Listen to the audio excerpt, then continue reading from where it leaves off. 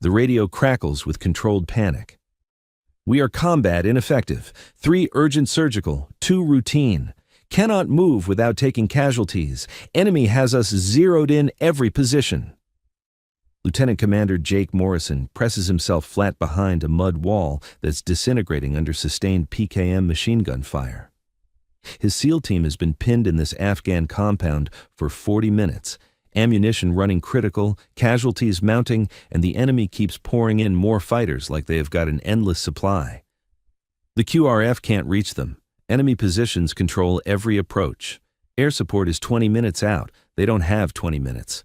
The sniper overwatching from the ridge went silent 10 minutes ago. Status unknown, probably dead. They're out of options and out of time. That's when Morrison hears something that doesn't fit the chaos.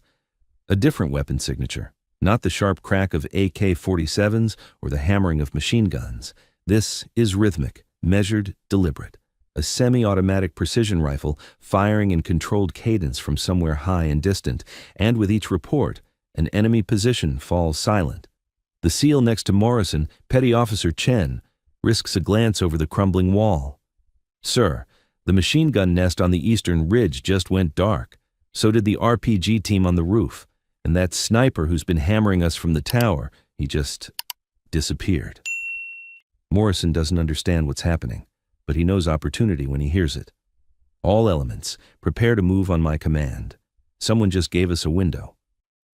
Before we reveal who's eliminating an entire enemy force with precision so perfect it seems impossible, drop a comment telling us where you're watching from and hit subscribe. Because what happened next wasn't just marksmanship. It was a masterclass in how one shooter with the right weapon and absolute determination can change the outcome of a battle everyone thought was already lost. Staff Sergeant Monica Blake had been watching the SEAL team's situation deteriorate for 37 minutes from her position 800 meters away on the opposite ridgeline. She'd seen them get ambushed moving through the compound, watched them take casualties trying to establish defensive positions, counted the enemy fighters flowing into the area like water finding cracks. Her original mission was simple: provide overwatch for the SEAL element conducting a high-value target raid in the valley below. She was supposed to observe, report threats, maybe take a few precision shots if absolutely necessary. Standard supporting role for a sniper attached to a SEAL operation. But 30 minutes ago, her spotter, Corporal Davis, took a round through the shoulder from an enemy sniper who'd located their hide. Davis was stable but combat ineffective, bleeding controlled but unable to continue the mission. The team medic was with the SEALs getting shredded in the compound, and the enemy was systematically destroying Morrison's team. Monica had made a decision that would either save lives or get her court-martialed. She was going to take every shot she could make, regardless of doctrine, regardless of ammunition conservation, regardless of the fact that engaging this many targets would definitely compromise her position. Her weapon was a SR-25 semi-automatic sniper rifle chambered in 7.62 by 51mm NATO, not the bolt-action long-range precision rifle most snipers carried. The SR-25 traded some accuracy at extreme distance for the ability to fire rapidly, to engage multiple targets without working a bolt between shots, to maintain pressure on an enemy force. At 800 meters, it was well within the weapon's effective range, and Monica Blake was very, very good at putting rounds exactly where she wanted them. She'd already identified 32 enemy positions through her scope. Machine gun nests, sniper hides, RPG teams, mortar crews, and fighting positions where enemy fighters were pouring fire into the trapped SEALs. 32 targets, 32 problems that needed solving immediately.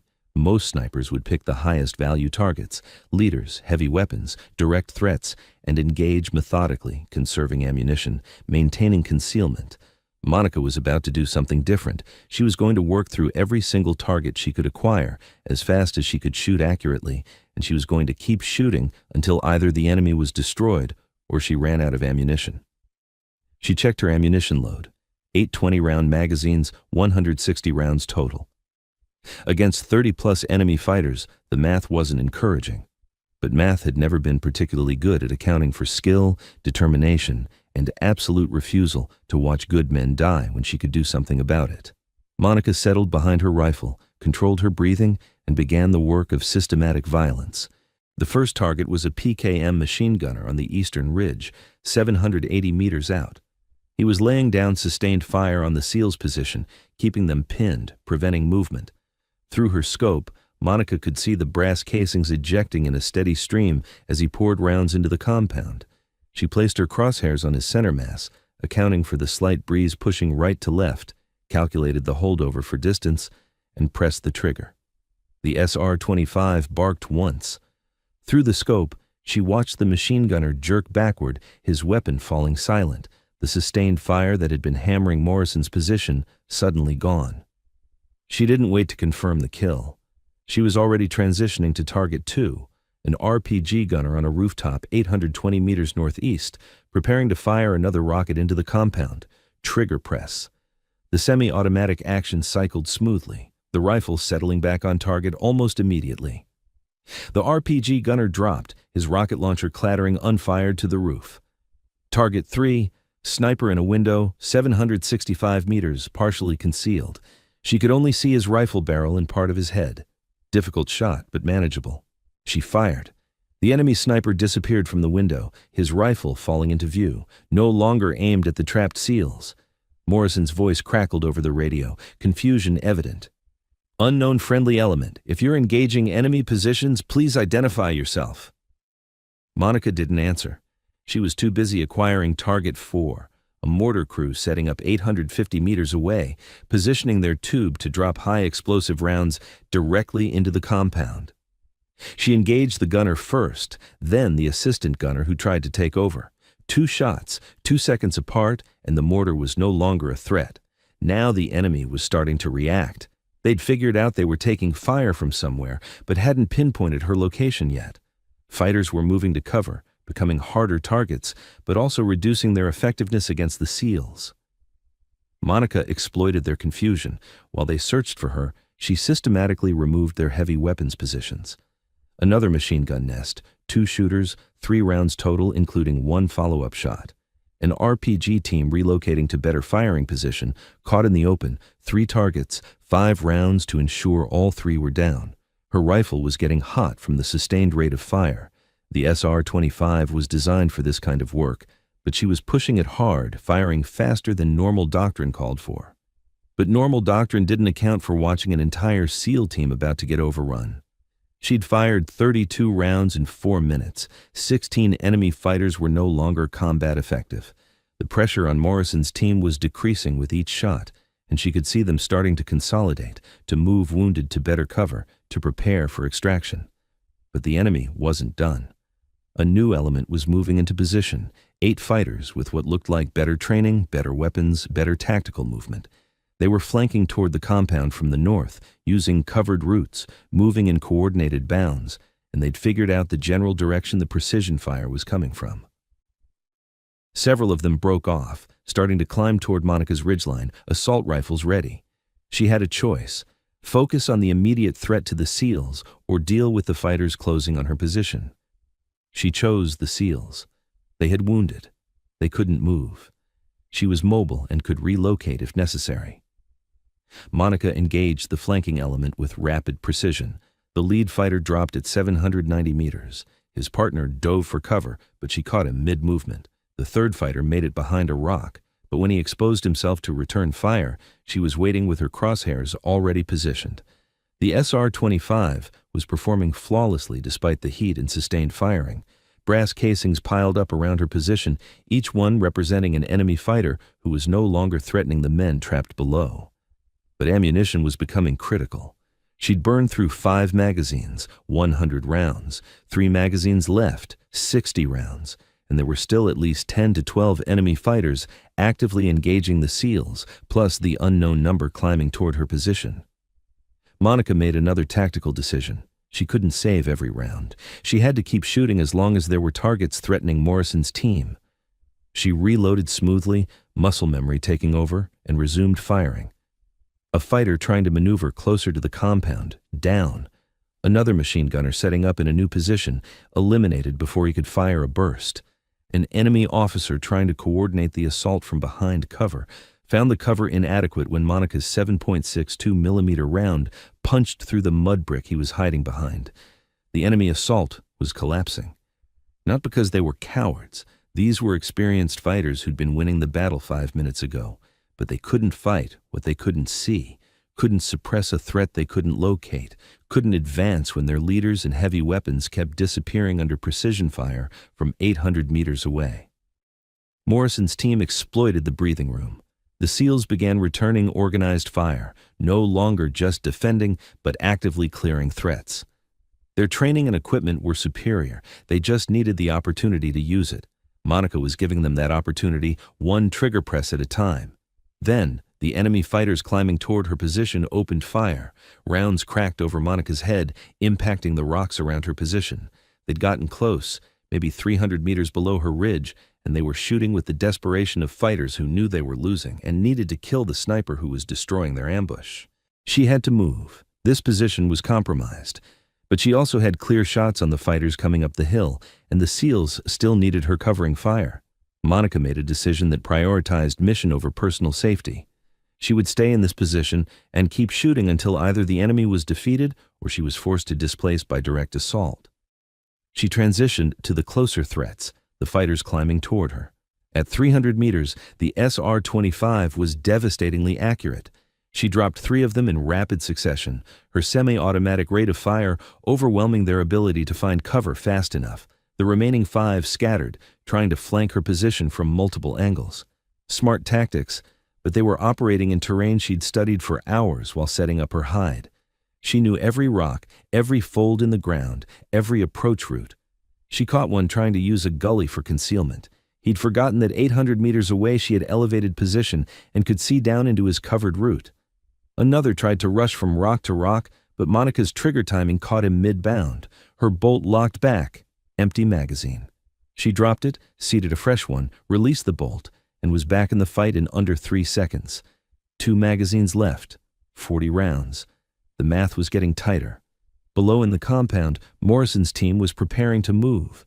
She could see them organizing casualty evacuation, establishing security, getting ready to break contact now that the enemy pressure had decreased. But there were still enemy fighters in position, still threats that could shred the SEALs during their withdrawal. Monica identified 5 positions that had clear fields of fire on the compound's only exit route. She engaged them systematically. The range was long for rapid shooting, between 800 and 900 meters, but she'd been making these shots for the past 20 minutes. Her holds were automatic now, her trigger control perfect, her breathing synchronized with the rifle's natural pause. 5 positions, 7 enemy fighters total. She took them all within 90 seconds, burning through precious ammunition, but clearing the path for Morrison's team to move. "Unknown friendly sniper," Morrison's voice came through her radio again. "We are moving to extraction point Alpha. Enemy resistance has collapsed. I don't know who you are, but you just saved our asses. Thank you." Monica allowed herself one deep breath, the first moment of reduced tension in 30 minutes. The SEALs were moving. They'd be clear in 5 minutes. The mission was succeeding despite the ambush.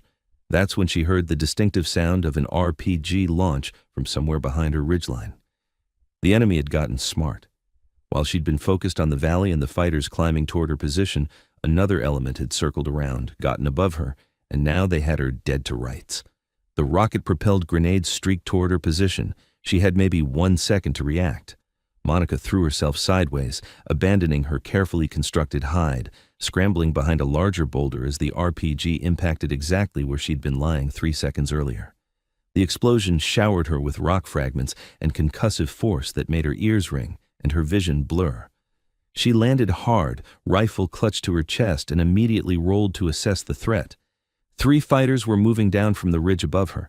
They'd flanked completely around, gotten the high ground, and now they had tactical advantage. But they'd made one mistake. They assumed the RPG had killed her. Monica came up behind the boulder with her SR-25 already shouldered. At 50 meters, the semi-automatic rifle was a devastating close-quarters weapon. She engaged all 3 fighters in under 4 seconds, close-range shooting where precision mattered less than speed and aggression. All 3 dropped. The closest one had been raising his AK-47 when Monica's round took him in the chest. His companions never got a shot off. Her magazine was empty again. Last mag, 20 rounds, and she could hear more voices. The enemy wasn't done. They were still hunting her, and her position was completely compromised. Monica made the hardest decision of the engagement. She had to displace immediately or risk being overrun. The SEALs were clear. They were moving to extraction. Her mission of protecting them was essentially complete. She could withdraw, evade the remaining enemy fighters, and survive. But as she started to move, her radio crackled again. Not Morrison this time. Different voice, younger, stressed. "Any station, this is Rescue 6-1. We are inbound to extract Morrison's team, but we are taking heavy fire from enemy positions on the ridge. Multiple RPGs, at least 2 machine guns. We cannot land under this fire. Morrison's team has critically wounded who won't survive delay. We need immediate fire support on those positions or we abort." Monica looked down at the valley. She could see the helicopter approaching from the south, could see the muzzle flashes from enemy positions she hadn't yet engaged, fighters who'd stayed out of the battle in the compound, but were now targeting the extraction bird. She could see Morrison's team in the open, wounded men being carried, completely exposed if the helicopter couldn't land. 20 rounds left. Unknown number of enemy fighters targeting the helicopter. Her position compromised and enemy closing on her location. The tactical decision was clear. Withdraw, save herself. Morrison's team would have to find another extraction method. Monica Blake had never been particularly good at following tactical decisions when they meant abandoning people who needed her. She found a new firing position with a clear view of the valley, seated her last magazine, and began engaging the anti-aircraft positions. The first target was an RPG team tracking the helicopter. Monica's round took the gunner as he was aiming, the rocket firing wild into empty sky as he dropped. Second target, PKM machine gun position pouring tracer fire toward the approaching bird. She put 3 rounds into the position, gunner, assistant gunner, and ammunition bearer who tried to take over the weapon. The helicopter pilot's voice. "Receiving effective fire support. Enemy position suppressing. We are going in." Monica kept shooting. Another RPG team, eliminated. A group of fighters trying to maneuver for a better angle on the helicopter. She caught them in the open, dropping 2 and forcing the others to cover. Her rifle bolt locked back. Empty. 20 rounds fired in less than 60 seconds, 0 rounds remaining. She was out of ammunition, and enemy fighters were closing on her position from multiple directions. She could hear their voices, close enough that language didn't matter. The tone told her everything she needed to know. They were hunting her, and they were close. Monica abandoned her SR-25, too heavy to carry in an evasion scenario, and drew her sidearm. A Glock 19 with 3 magazines, 45 rounds total against unknown number of enemy fighters. Not great odds, but she'd worked with worse. She moved low and fast, using terrain and rocks for concealment, heading for an alternate extraction point she'd identified during her initial reconnaissance. The helicopter was landing in the valley. She could hear it over the gunfire, which meant Morrison's team was getting clear. Her job was done. Now she just had to survive. The first enemy fighter came around a rock outcropping 20 meters ahead. Monica's Glock barked twice, controlled pair, center mass, and he went down before he could bring his AK to bear. His partners heard the shots and started converging. Monica kept moving, shooting when she had to, evading when she could, using every bit of cover the terrain provided. She could hear the helicopter lifting off. Morrison's team was clear. Relief mixed with the adrenaline dump of being hunted through hostile terrain. 2 more fighters appeared on the ridge above her. Monica engaged from behind cover, her pistol shots forcing them back, but not eliminating the threat. They knew where she was now, and they were coordinating. Her radio crackled, Morrison's voice. "Unknown sniper, if you're still alive, we have extracted successfully. All wounded accounted for. Where are you? We can get the bird back for you." Monica keyed the radio while moving. "Negative. LZ is too hot. I'm evading to alternate extraction point Bravo. I'll call when clear." "Roger. Standing by, and whoever you are, you just killed at least 20 enemy fighters and saved 8 SEALs. We owe you." 23, actually, Monica thought. She'd been counting. She reached a position where the ridge dropped sharply into a wadi, a dried riverbed that would give her concealed movement away from the enemy concentration. It was a calculated risk. Descending into the wadi meant limiting her visibility, but it also meant the enemy would have difficulty tracking her. She slid down the rocky slope, controlling her descent, rocks skittering under her boots. Behind her, she could hear the enemy fighters shouting, coordinating their search. At the bottom of the wadi, Monica moved fast, weapon up, scanning for threats. The dried riverbed wound through the terrain for nearly a kilometer before opening into an area where helicopter extraction was feasible. She'd covered maybe 300 meters when figures appeared ahead. 3 fighters who'd anticipated her route and set up an ambush. They opened fire simultaneously. Rounds cracked past Monica's head as she dove for cover behind a boulder, returning fire as she moved. Her first shot hit one fighter in the leg, spinning him. Her second and third shots caught another in the chest. The third fighter had good cover and was shooting with disciplined precision. Rounds impacted around Monica's position, chips of rock stinging her face, the heavy crack of AK fire echoing through the narrow wadi. She was pinned. Limited ammunition, enemy behind her closing in, enemy ahead with her trapped between them.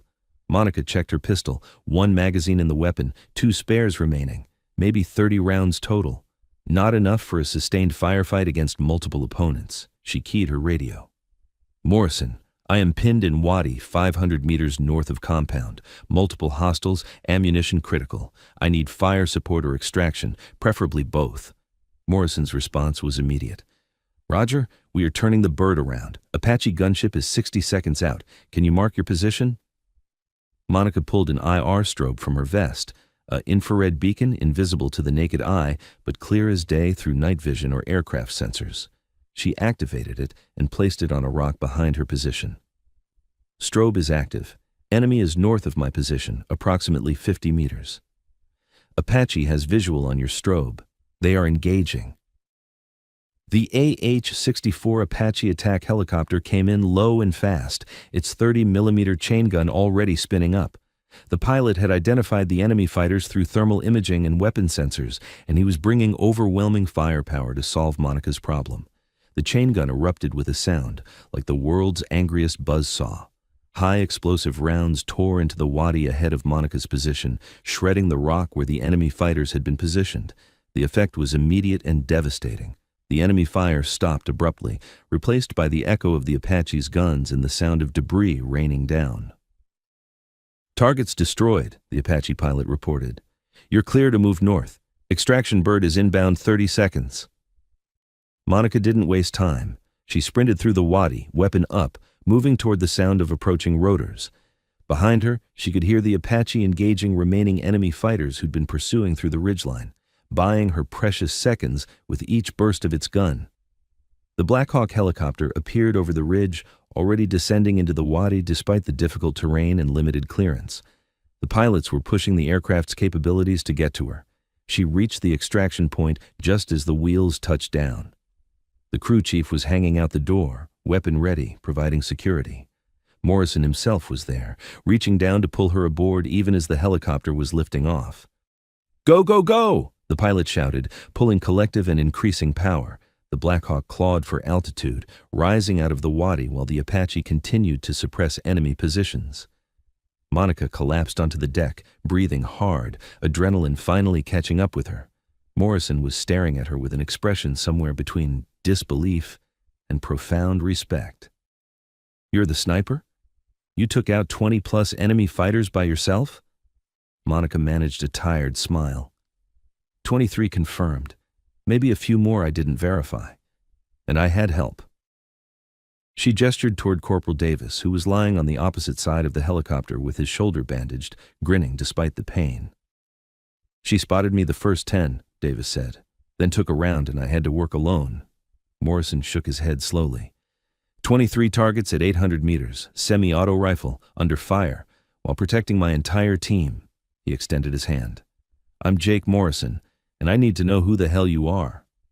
Staff Sergeant Monica Blake, 2nd Ranger Battalion, attached to SOCOM for sniper support operations. Blake. Morrison tested the name. Yeah, that name is going in my after-action report with a strong recommendation for whatever medal they give for saving 8 SEALs from getting overrun while simultaneously engaging 30 enemy fighters solo. One of the wounded SEALs, his leg wrapped in blood-soaked bandages, spoke up from where the medic was working on him. That's called a Medal of Honor, sir, for conspicuous gallantry and intrepidity at the risk of life above and beyond the call of duty. Monica waved that off. Just doing my job. You were in trouble. I had the position and the weapon to help. Pretty simple math. Simple math. Morrison laughed, but there was no humor in it, just exhausted respect. You engaged targets at ranges most snipers wouldn't attempt, at a rate of fire most snipers couldn't maintain, and you did it while your own position was under assault. That's not math. That's not even skill. That's something else entirely. The helicopter banked toward the forward operating base, the Apache escorting them. The crisis passed. Below, the battlefield was quiet.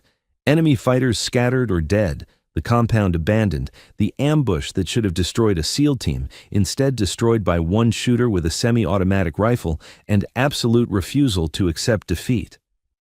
The after-action review happened 3 days later in a secure briefing room at Bagram Airfield. Monica sat at a conference table with Morrison, his team, several officers from JSOC, and a colonel from Army Special Operations Command she didn't recognize.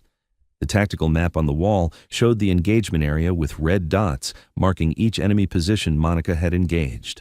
23 confirmed kills.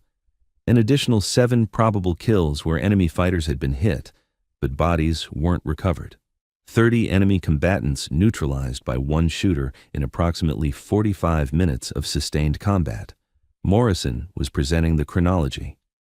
At 13:47 hours, my team was ambushed during our exfil from the target compound. We immediately took casualties, 3 wounded in the first 60 seconds. Enemy fire was coming from prepared positions in 3 directions. We were pinned with no cover and diminishing ammunition. He clicked to the next slide showing the timeline. At 13:52, Staff Sergeant Blake began engaging enemy positions from her Overwatch location 800 meters distant. Over the next 30 minutes, she systematically eliminated enemy machine gun positions, sniper hides, RPG teams, and mortar crews that were destroying my team. The colonel from SOCOM leaned forward. Staff Sergeant Blake, your official role was observation and limited precision fire support. What made you decide to engage at this scale? Monica met his gaze directly. Sir, I watched the SEAL team take casualties and get pinned in a position that was going to get them all killed. I had the weapon, the ammunition, and the position to change that tactical situation. Waiting for approval or sticking to my limited engagement parameters would have meant watching good men die while I had the capability to prevent it. So you made a command decision to exceed your authority and engage 30 enemy fighters with a weapon system not optimized for that range or rate of fire. Yes, sir. I assessed that the mission success and the lives of the SEAL team took priority over following doctrine that didn't account for the actual tactical situation. The colonel's expression was unreadable. And when your position was compromised and you were taking direct fire, why didn't you immediately withdraw? Because the extraction helicopter was taking fire from positions I hadn't yet engaged. Morrison's team had critically wounded who needed immediate evacuation. I had ammunition remaining and clear shots on the anti-aircraft positions. Withdrawing would have meant the helicopter couldn't land and the wounded would have died. So even when your own life was in immediate danger, you continued engaging enemy targets to protect the extraction. That's correct, sir, Morrison interjected. Sir, if I may, Blake's actions saved my entire team. She put herself at extreme risk to provide fire support that turned a catastrophic ambush into a successful mission. Every one of my men is alive because she refused to follow doctrine that would have left us to die. The colonel nodded slowly. I'm not criticizing, Commander. I'm trying to understand the decision-making process of someone who accomplishes what most people would consider impossible. He turned back to Monica. Staff Sergeant, your shooting performance was analyzed by our marksmanship specialists. 23 confirmed kills at 800 meters, average engagement time of 90 seconds per target using a semi-automatic platform. They tell me this represents skill that's in the top 1% of military snipers. I've had good training, sir. You've had more than good training. Your file shows you're a distinguished expert in rifle marksmanship. You've completed Army Sniper School, Advanced Urban Sniper Course, and 3 combat deployments. But what's not in your file is where you learned to shoot like this. Monica hesitated, then decided truth was the best option. My father was a competitive long-range shooter, sir. I grew up shooting 1,000-yard competitions. When I joined the Army, I already had fundamentals that most people take years to develop. Military training refined those skills and taught me to apply them in combat situations. And the decision-making? The ability to stay calm while engaging multiple targets under fire while your own position is being attacked? That's just training and experience, sir. You drill enough scenarios, practice enough stress shoots, deploy enough times. Eventually, you develop the ability to compartmentalize the fear and focus on the technical problem. Each target was just a problem that needed solving. I solved them in order of priority. The room was quiet for a moment. Then the colonel stood. Staff Sergeant Blake, I want to thank you for your service and your exceptional performance under circumstances that would have broken most soldiers. Your actions saved American lives and destroyed an enemy force that had been operating successfully in that area for months. He pulled a folder from his briefcase. I'm also here to offer you an opportunity. JSOC is developing a specialized unit that combines intelligence collection with direct action capabilities. We need personnel who can operate independently, make command decisions in fluid situations, and accomplish missions that conventional doctrine doesn't cover. Your performance in this engagement suggests you're exactly the kind of operator we're looking for. Monica glanced at Morrison, who was watching with interest. What kind of unit, sir? The kind that doesn't officially exist, the kind that works problems other people can't solve, the kind that needs people who think like you do. Mission first, doctrine second, results always. He slid the folder across the table. Read this when you have privacy. If you're interested, there's a phone number. The training is brutal, the missions are dangerous, and you'll never be able to talk about what you do. But you'll be working with the best, and you'll be making a difference in ways conventional forces can't. After the colonel left, Morrison approached Monica with a grin. So you're a secret badass who just happens to be assigned to boring observation missions? I'm a sniper who got attached to SEAL operations because someone thought I could contribute. Turns out they were right. Blake, you didn't just contribute. You saved my entire team while fighting off 30 enemy combatants by yourself. The guys are calling you the gunfighter now. They want to know when you're available for more operations. Monica smiled. Tell them I'm considering a career change, but I appreciate the respect. You've earned more than respect. You've earned a place in SEAL team history as the Army sniper who refuses to quit no matter how bad the odds. Morrison extended his hand. If you ever need anything, and I mean anything, you call me. My team owes you our lives. That's a debt we don't forget. 6 months later, Monica Blake was running through an obstacle course designed to break candidates who didn't have the right combination of intelligence, physical capability, and psychological resilience. She was one of 2 women in a class of 30, and the only candidate who'd been recruited specifically because she'd accomplished something the selection cadre considered tactically impossible. The instructor watching her complete a precision shooting evolution under stress made a note in his evaluation book. Blake. Exceptional skills confirmed, recommended for advanced placement. Candidate has already proven she can accomplish the impossible when it matters, just needs to learn our specific methodologies. Years later, when instructors taught advanced precision marksmanship, they used the case study of Staff Sergeant Monica Blake, who engaged 23 enemy fighters at 800 meters in 45 minutes using a semi-automatic rifle while her own position was under assault. The lesson wasn't about the technical aspects of long-range shooting, though those were impressive. The lesson was about making the hard choice to act when conventional wisdom said to wait, about refusing to accept defeat when accepting would be easier, about understanding that sometimes one person with the right skills and absolute determination can change the outcome of a battle everyone else has already written off as lost. And most importantly, about the reality that the most dangerous operator in the fight might be the one everyone underestimated right up until she started dropping enemy targets at ranges they didn't think were possible while under fire from multiple directions. Because Staff Sergeant Monica Blake proved something that day on that Afghan ridgeline. When someone's life depends on you, impossible becomes irrelevant. You find the skill, you take the shot, and you keep shooting until either the threat is destroyed or you're out of ammunition. And sometimes, 20 rounds